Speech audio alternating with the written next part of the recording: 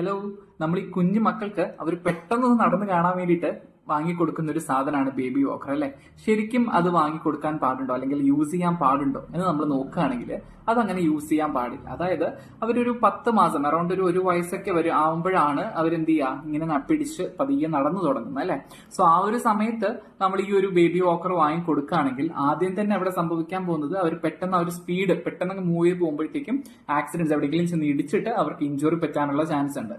അത് മാത്രമല്ല, സോ അപ്പൊ അവര് നമ്മൾ പതിയെ നടന്നു തുടങ്ങുന്ന സമയത്ത് അവരെ ഓരോ മസിൽസും നെർവ്സും അല്ലെങ്കിൽ ബോൺസും എല്ലാം സ്ട്രെങ്ത് ആയി വരികയാണ് അല്ലെ.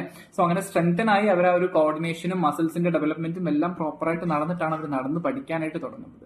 സോ അതേ സമയത്ത് നമ്മൾ ഈ ഒരു ബേബി വാക്കർ കൊടുക്കുകയാണെങ്കിലോ അവർക്കൊരു 2 ഫിംഗർ ടിപ്സ് വെച്ചിട്ട് അല്ലെങ്കിൽ അവരെ ആ ഒരു 2 ആ ഒരു കുഞ്ഞു പാദത്തിന്റെ ഒരു വിരലുകൾ വെച്ചിട്ട് അവർക്ക് അങ്ങോട്ടും ഇങ്ങോട്ടും സ്പീഡായിട്ട് മൂവ് ചെയ്ത് കളിക്കാനായിട്ട് പറ്റും. സോ അപ്പൊ അവർക്കതൊരു സന്തോഷമാണ്, പാരന്റ്സിനും അത് കാണുമ്പോൾ സന്തോഷമാണ്. പക്ഷെ അതുകൊണ്ട്